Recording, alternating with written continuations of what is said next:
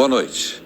O Globo Repórter está de volta para mostrar um pedaço do Brasil de um jeito que você nunca viu antes. Prepare-se para flutuar nas alturas. Vamos revelar a beleza do maior conjunto de canyons da América do Sul. Paredões com mais de 1.000 metros e uma paisagem sem igual. Campos verdejantes, araucárias, cascatas da mais pura água do país. Gigantes de pedra que a natureza construiu em milhões de anos. Nossos repórteres caminharam acima das nuvens, à beira do abismo. Chegaram ao território dos pássaros inalcançáveis. Nos acompanhe nessa desafiadora aventura pelo topo de montanhas que quase tocam o céu. O programa de hoje é uma coprodução com a RBS TV, afiliada da Rede Globo, no Rio Grande do Sul. Um lugar fascinante. Retrato da história da Terra. Abençoado pela natureza. É uma imensidão num cenário que não é delicado. Ao contrário, é rude, selvagem, mas grandiosamente sedutor. Essa é uma paisagem que provoca sensações muito diferentes.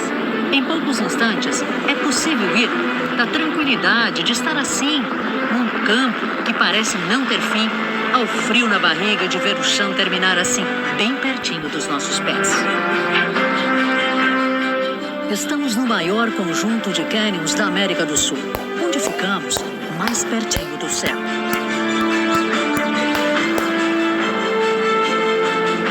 São 1.400 metros de altitude, um lugar de paredões, de rios que serpenteiam pedras gigantes, cachoeiras que mergulham nas profundezas do abismo e de florestas penduradas em precipícios. É por aqui, pelos cânions, entre Rio Grande do Sul e Santa Catarina, que vamos nos aventurar. São campos e desfiladeiros que se espalham do Atlântico até a Serra.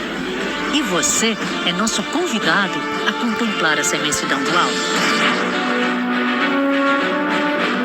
Só assim podemos viajar bem ao lado destes grandes topos. Alguns formam cordilheiras. Neste, as escarpas finas lembram uma espécie de lâmina cortando o ar.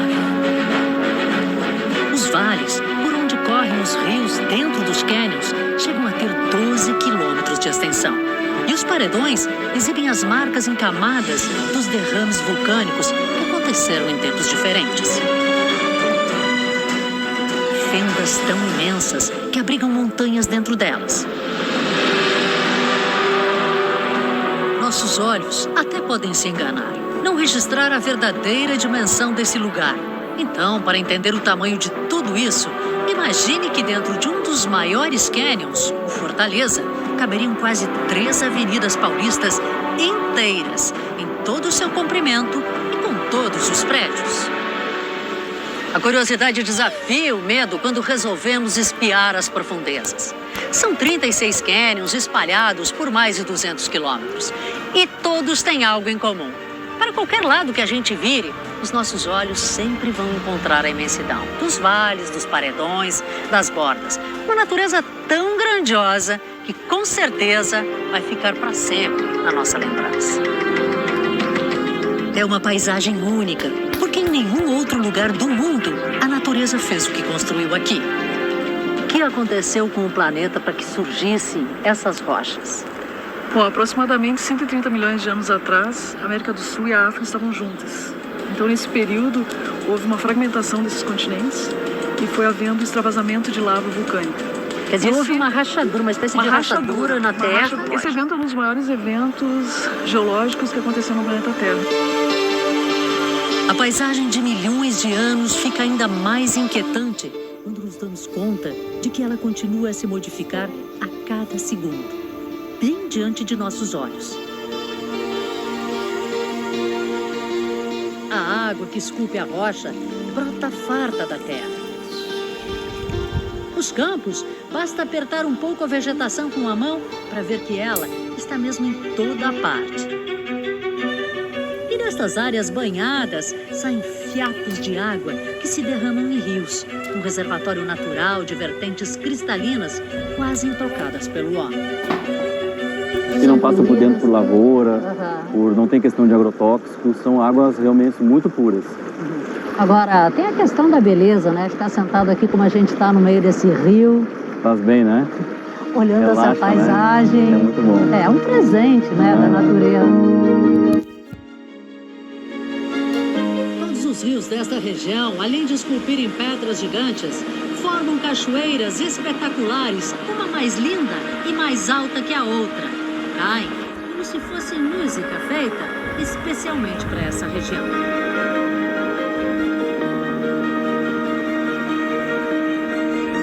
Não há um levantamento de quantas cachoeiras existem espalhadas entre as pedras, mas uma infinidade.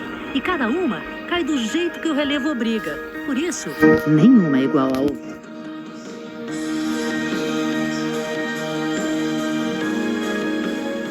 Um trabalho de milhões de anos. Sim, o trabalho de escavação, né, da erosão, é um trabalho de milhões, centenas de milhões de anos. Exatamente por isso que está como está. Neste ponto, a força da correnteza parece até ter dividido uma montanha inteira. Às vezes, o que parece um rio raso se transforma, de repente, numa queda grandiosa de água. Alguns rios correm paralelamente, formando pequenas ilhas. Outros se encontram no meio do caminho, juntam suas águas e correm para o meio dos cânions. A gente não cansa de olhar. Dá mais um voo rasante.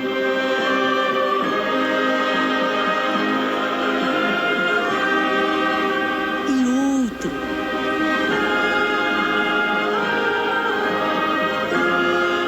É difícil partir e deixar lá embaixo esse lugar onde a natureza foi tão caprichosa.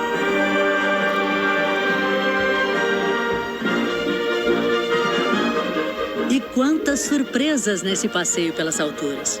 Do alto, uma imagem rara, um grupo de veados campeiros. Como que para nos distrair, se dispersam. E como correm? Cada animal pode alcançar até 70 km por hora. Tão rápidos que olha só como passam por baixo da cerca.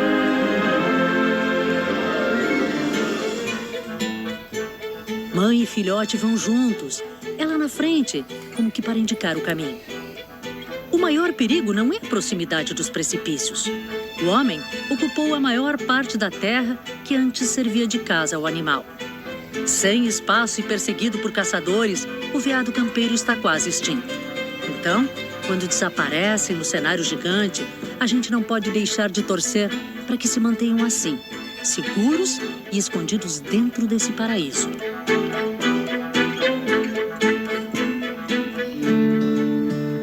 Mesmo vendo tudo assim de cima, é impossível não sentir vontade de estar lá, bem pertinho dos paredões. Trocamos então o helicóptero pelo lombo do cavalo. O rancho da infância, coberto pela neblina. Em grupo, seguimos para o Cânion Montenegro, o ponto mais alto do Rio Grande do Sul. O dia ensolarado parece perfeito. Como é linda a liberdade sobre o lombo do cavalo. Mas como estamos nas alturas, temos que compartilhar o espaço com elas. As nuvens passam assim, grudadas no chão. Não se intimidam com o belo sol da manhã e nem com a lua minguante que ainda aparece lá no céu. Em poucos minutos, a gente desaparece na neblina. É o que os moradores daqui chamam de viração. O tempo muda assim em apenas alguns minutos. Num mesmo dia pode ter neblina, sol, vento e chuva. Apesar do nevoeiro, seguimos em frente, com frio na barriga, contornando a beira de um abismo que não conseguimos enxergar. Ai, meu Deus! Aqui tem neblina, eu não faço ideia onde é que está o canyon. O risco só não existe porque estamos acompanhados de moradores e cães acostumados a esse esconde e aparece dos precipícios. Eles sabem onde está o perigo, mas que dá medo, isso dá. Pode chegar mais, dá uma cutucada aí, chegar Não. mais em mim aqui. Não, vamos bem devagar.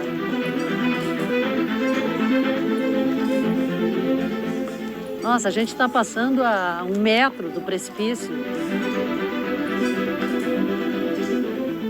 Um pouquinho mais. Uns 40 centímetros aqui agora, ó. Olha o fundo lá, ó. Deus do céu. Aqui sim dá para dizer que a gente está em cima das nuvens.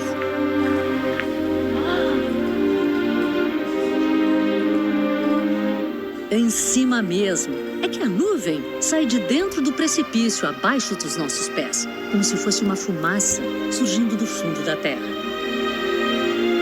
É até difícil acreditar que aqui, a poucos metros de onde estamos, tem um precipício de 1.403 metros. É o Canyon Monte Negro. E essa neblina acontece por causa da massa de ar quente que vem do oceano, que fica a mais ou menos 40 quilômetros daqui. Essa massa de ar quente encontra a massa de ar frio aqui de cima da serra e acontece esse fenômeno da natureza. Apesar da neblina, seguimos, porque mesmo enxergando pouco mais de um palmo à frente, o visual é incrível. Eu posso passar 300 vezes aqui com 1, com 2, com 10 pessoas e cada vez vejo com um olho diferente. Porque tem sempre uma luz diferente, tem um pássaro diferente, o vento, sempre dá para perceber. Olha a borda do canyon ali, que maravilha. Está começando a aparecer, né? Será que a gente vai ter sorte? Acho que sim, acho que vai levantar essa neblina toda. Isso aqui é uma mudança de pressão atmosférica e essa nuvem que está aqui dentro vai daqui a pouco dissipa. Pacientemente esperamos. Quem sabe a neblina se dissipe. Mas não. Tudo o que vimos foram pedacinhos. Partimos levando na lembrança a imagem da paisagem bela, mesmo que escondida, e na companhia agradável de quem mora e é feliz nessa região. No dia seguinte, o canyon nos recebeu recheado de nuvens. Até parece que queria fazer suspense, se revelando aos poucos. O engraçado é que assim a gente nem sente tanto medo. As nuvens amortecem nossos temores, porque aqui vale a máxima. O coração não sente o que os olhos não veem. E foi preciso voltar outra vez mais para ver o que tanto esperei.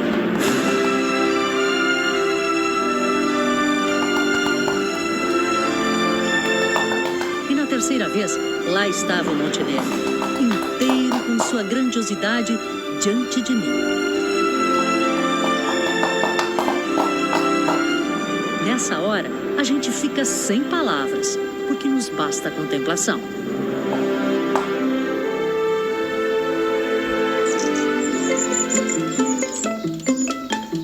Estamos no mesmo nível onde os pássaros voam.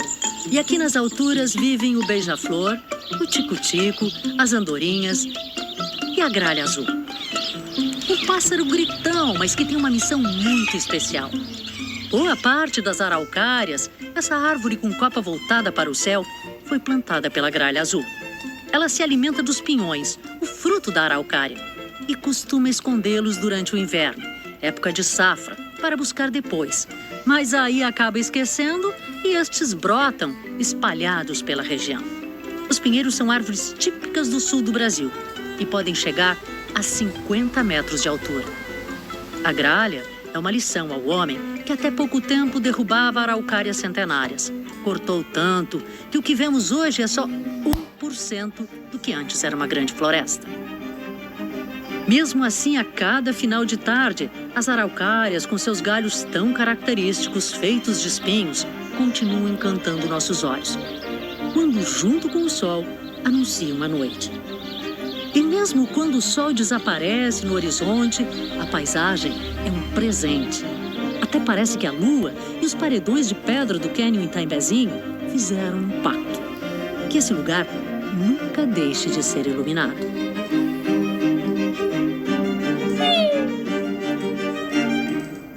Eu acho Que tal voar ao lado dos flamingos que cruzam os céus das Américas?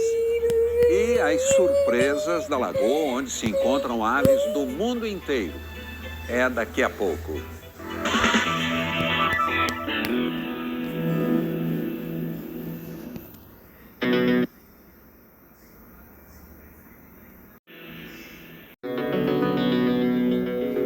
O derramamento de lava que cobriu continentes e abriu rachaduras no meio dos campos deixou marcas até no litoral. Grandes paredões se levantam de dentro do mar e enfeitam a cidade de Torres, no litoral norte do Rio Grande do Sul. E ao longo de milhares de anos ganharam contornos caprichosamente trabalhados pelas ondas. Aqui na beira da praia, as rochas esculpidas em lava vulcânica formam grandes monumentos naturais, os únicos desse tipo no Brasil.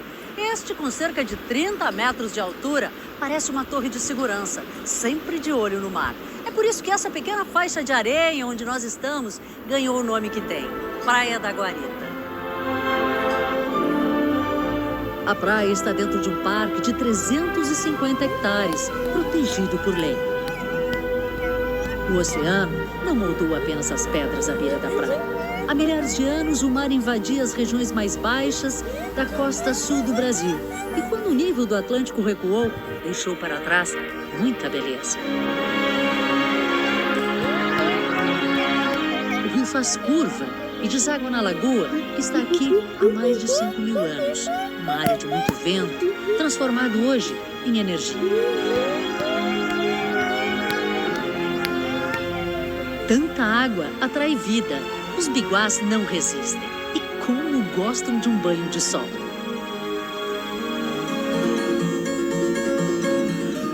E não são os únicos. No rio Mampituba, bem na divisa do Rio Grande do Sul e Santa Catarina, vamos ao encontro dos visitantes mais famosos da região. Nós estamos a cerca de 50 metros da menor unidade de conservação marinha do Brasil, a Ilha dos Lobos, que tem o tamanho de 2 campos de futebol. Durante boa parte do ano, ela abriga uma população de lobos e leões marinhos que vem de bem longe.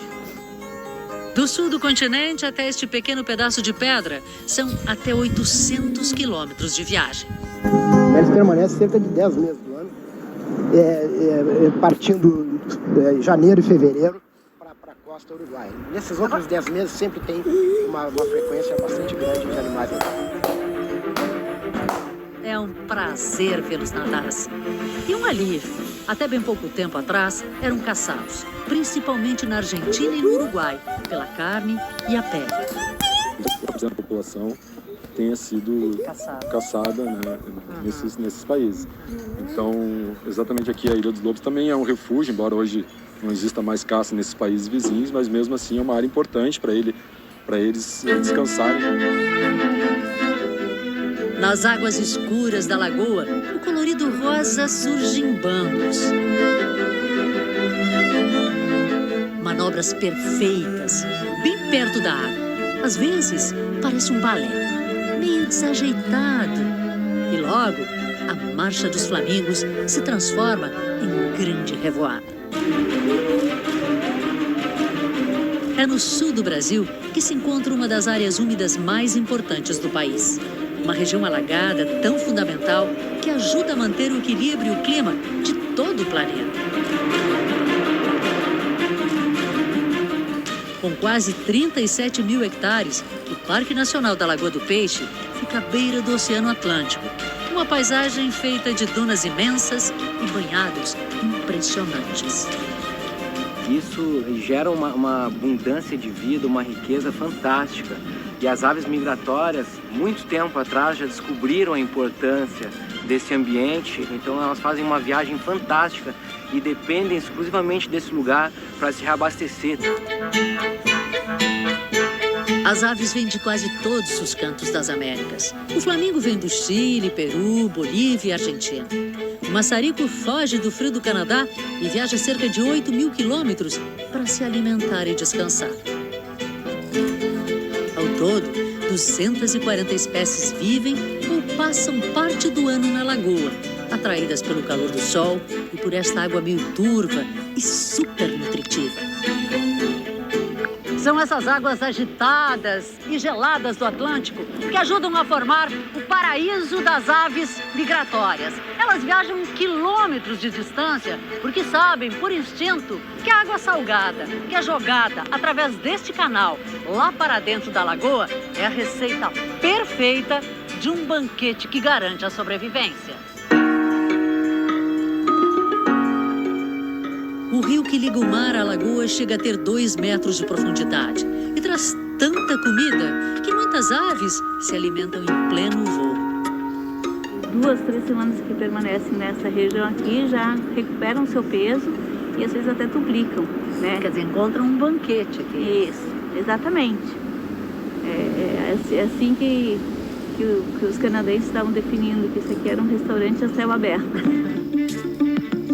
Restaurante a céu aberto. E lugar perfeito para aumentar a família. Os ninhos estão na areia e no meio das águas. Chegar até eles é uma aventura. Nós acompanhamos o trabalho dos pesquisadores e biólogos do Instituto Chico Mendes. O objetivo aqui é verificar como as populações de aves se reproduzem. Cruzando a vegetação de banhado, avançamos até o local onde os gaviões fazem os ninhos. Andar aqui dentro não é muito fácil, mas aí de repente a gente começa a olhar, perceber que na verdade é um grande jardim de água cristalina e a gente encontra muita vida aqui dentro. Olha só, no meio da lagoa, um ninho flutuante com 4 ovinhos.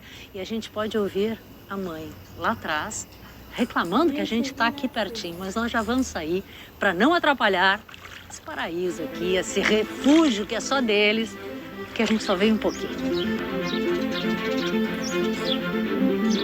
Olha só, conforme a gente está chegando, eles vão levantando o voo do meio do junco, que é onde eles põem os ovos. É um alerta, eles fazem um ruído, não é muito forte, mas é uma forma de espantar um possível predador que seríamos nós. Os pesquisadores anotam tudo. Enquanto isso, a revoada de gaviões dá um show no fim da tarde. Olha a quantidade de gaviões. Nossa, dá vontade de ficar aqui olhando isso para sempre. No dia seguinte, novas aventuras. Na beira do mar, um laboratório sobre rodas se aproxima. Os pesquisadores da Unicinos, a Universidade do Vale do Rio dos Sinos, no Rio Grande do Sul, se preparam para uma pesca diferente. Eles armam redes ao vento para capturar aves. Agora é esperar o sol desaparecer no horizonte e ver o resultado dessa pescaria. O laboratório poderia ser comparado a uma espécie de alfândega para as aves que vem de fora. Só que em vez de passaporte, a narceja argentina e o maçarico canadense recebem estas anilhas e passam por um exame de sangue. É para saber se eles não trazem problemas na bagagem, como o vírus da gripe aviária, que poderia contaminar a produção avícola, por exemplo. Em 4 anos, 600 aves já passaram pelas mãos dessa equipe e até hoje nenhuma ameaça foi encontrada.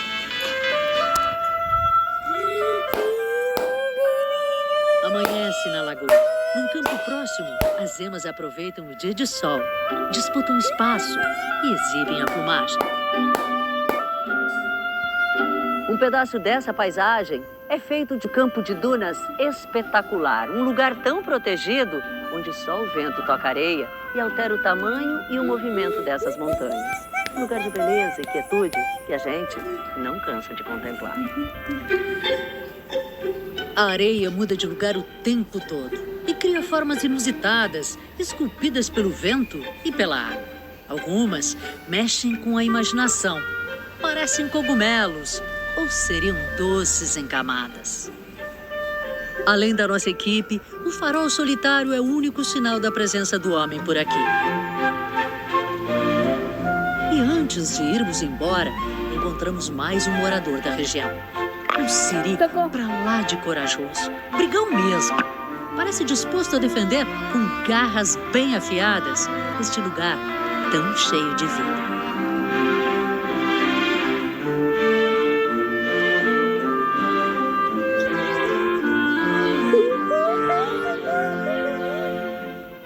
Arroz de carreteiro, linguiça feita em casa e um queijo que está entre os melhores do mundo.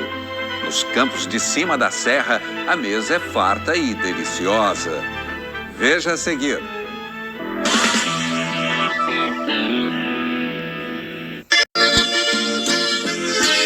As casas dos campos de cima da serra sempre espalham pelo ar um aroma delicioso, estimulante.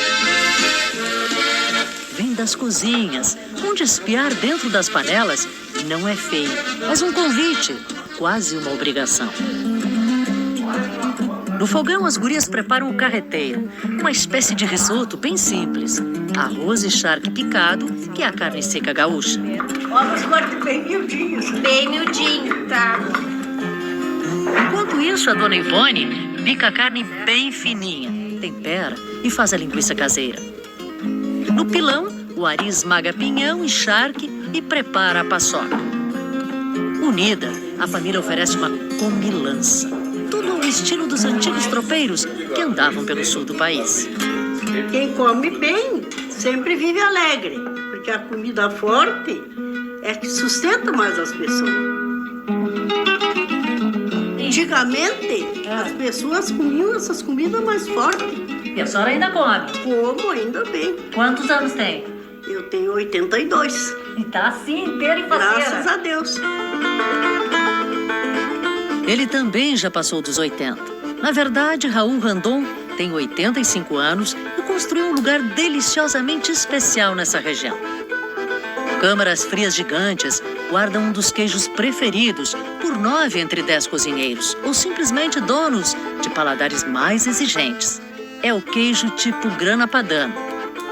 Ninguém sabe ao certo se foram mãos medievais ou da antiguidade que misturaram o leite excedente, salgaram e acabaram criando um dos queijos mais famosos do mundo, o grana padano. Esse tipo de queijo, há séculos, mantém o sabor forte, levemente doce e picante. E em câmaras frias iguais a essa, são mantidos entre 12 e 18 meses, até que estejam prontos para o consumo.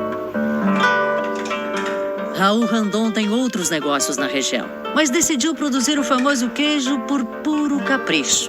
Foi o primeiro na América Latina a ter licença para fabricar o queijo fora da Itália. Ele me conta que, além da receita original, buscou o que o mercado oferecia de melhor para montar a fábrica. Até as vacas foram importadas dos Estados Unidos, porque na época tinham maior produtividade de leite. E como é que elas vieram para o Brasil? De Boeing, 2 Boeings de vaca. 2 Boeings de vaca. Chegaram em Porto Alegre, viu? Ao meio-dia, chega o avião em Porto Alegre, depois começa a descer vaca. Eu disse, o pessoal vieram olhando. O queijeiro chique que tem olhos, ouvidos e olfato bem treinados para reconhecer um bom grana padano é um encanto. E explica de um jeito engraçado como o produto que faz deve ser consumido. Eu sempre digo, você tem que comer pouco queijo. Mastigar ele bem, até sentir o paladar, tudo, e o que é o queijo, né? Não é que nem, não é que nem comer polenta, né? Não é para encher a barriga, não, é para degustar, para apreciar. É assim nos campos de cima da serra. As pessoas fazem questão de manter essa receita de jeito simples, mas caprichoso de ser, sem esquecer as tradições. A casa grande em estilo português, com janelas azuis e uma capelinha ao lado, é uma espécie de templo que guarda a história de um tempo nos campos de cima da serra. Muitos tropeiros que demoravam meses para cumprir sua jornada feita no lombo do cavalo passavam por esse caminho quando buscavam abrigo para as noites geladas dos campos da vacaria. O destino deles eram essas terras onde um tropeiro paulista construiu a Fazenda do Socorro. E passar por esta porteira é espiar um pouco da vida no século XVIII.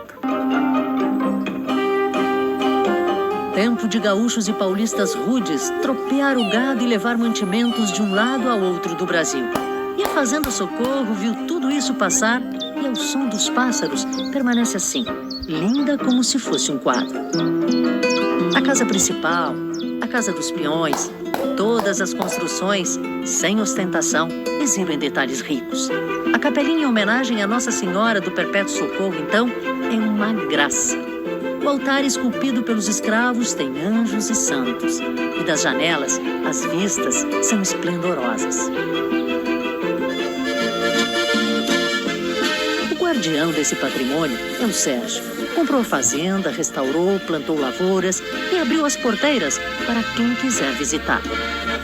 A gente tem que proteger, é um patrimônio muito difícil de encontrar hoje. E a gente se sente na obrigação, e além de recuperar, repassar para os filhos da gente que continuam mantendo isso aí. Não perder a história é o que tenta o seu Sebastião. Ele resgatou a primeira raça de gado que viveu nesta região. Com olhos tranquilos, lá vem a Cajuvá. Ela é uma sensação. Tudo por causa das medidas imponentes. 85 centímetros de chifre de cada lado, mais a cabeça. De uma ponta a outra, são 2 metros de comprimento. E todos esses animais exibem medidas exageradas. O gado franqueiro dominou o sul do Brasil por séculos. De origem africana, foi trazido do Uruguai pelos padres jesuítas para a Serra Gaúcha, que recém começava a ser povoada. Imagina tu chegar numa região que não tem nada. Tu não tem onde comprar um alimento. Não tem um trator, que esse animal foi o trator da época, para arrastar, arar, para o vasilhame, a guampa que se usou, então não se tinha nada. A carne, o couro e todo um povoamento alicerçado com a base desse animal. Depois de ser substituído por outras raças, o franqueiro quase desapareceu. Hoje está aqui apenas para ajudar a contar a história. E nesses campos cobertos por um tapete de flores amarelas, cercas de pedras centenárias marcam as divisas das fazendas. Nesta também tem muita história, mas história de uma família. Quantos anos tem esse lugar aqui, essa casa aqui? Essa casa aqui, Rosane, desde o tempo do meu bisavô, né? É da família Anaques, tem mais de uns 150 anos essa casa aqui, essa propriedade também. Você nem pensa em sair? Não, não penso. É a sua vida aqui? É a minha vida. É muito lindo, né? É bonito. A casa antiga, que já serviu até de locação de novela, é cercado mesmo de muita beleza. Bem pertinho, o jacu e a desconfiada siriema fazem seus ninhos. Olha só a transparência da água do rio Silveira, que corre bem atrás da fazenda. Um lugar perfeito para um passeio a cavalo. Ou uma bela caminhada no final do dia. Até hoje existem partes no interior dos cânions que são praticamente desconhecidas. É que o acesso lá embaixo, onde os rios cortam as fendas, pode ser tão difícil que, sem a ajuda de um guia, o risco de se perder na imensidão é grande. Mas no topo dos paredões, conhecer a pé as trilhas que levam às alturas e se aproximar da pontinha do precipício é uma aventura inesquecível. Nós acabamos de chegar a um dos cânions mais famosos aqui da região, o Cânion Fortaleza. Ele tem 7 quilômetros de extensão. E o nosso destino é aquele pico lá no alto. Parece pertinho, né? Mas é mais ou menos 1 hora de caminhada até o Morro do Mirante, bem na beira do abismo. Quem nos acompanha é a equipe do Instituto Chico Mendes, responsável pela proteção dos mais de 30 mil hectares que formam os parques nacionais de Aparados da Serra e da Serra Geral. O caminho que parece fácil tem seus desafios. O mais difícil é andar nessas pedras. Dá uma olhadinha aqui, o tamanho. Pedra solta. A gente tem que estar cuidando o tempo inteiro, porque a trilha toda é assim. Mas só assim mesmo para chegar onde nas alturas termina o Rio Grande e começa Santa Catarina. Aqui, nem um passo pode ser em falso. Onde eu vou sentar agora é proibido sentar sem um esquema especial de segurança, como eu estou aqui, que eu estou presa por uma corda. Eu vou chegar bem aqui, na beira do abismo. Meu Deus!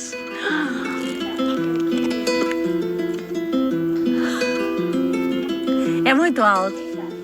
Gente do céu! Segurança garantida? Agora sim podemos continuar. No fundo de cada cânion sempre tem um rio. Esse que passa aqui se chama Tigre Preto e vai até o mar, que fica mais ou menos uns 20 quilômetros lá para trás. Mas o mais interessante aqui é que essa pedra, aqui em cima onde eu estou sentada, é Rio Grande do Sul. Mas assim que ela começa a descer, é Santa Catarina. É a borda do cânion que faz a divisa entre os dois estados. Finalmente chegamos. Apesar do cansaço e desse vento aqui em cima, que quase carrega a gente, vale a pena. Porque olha só a imensidão à nossa frente.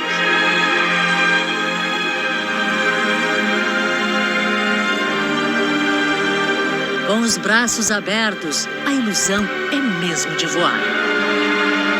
E você imaginou que fosse assim tão grandioso? Não, só vendo. Realmente espetacular. É a primeira vez aqui e nada descreve, assim, nenhuma imagem consegue descrever isso aqui, a emoção de estar aqui em cima. A gente fica pequenininha diante da imensidão da natureza. Muito pequeno, né? É muito o que aprender.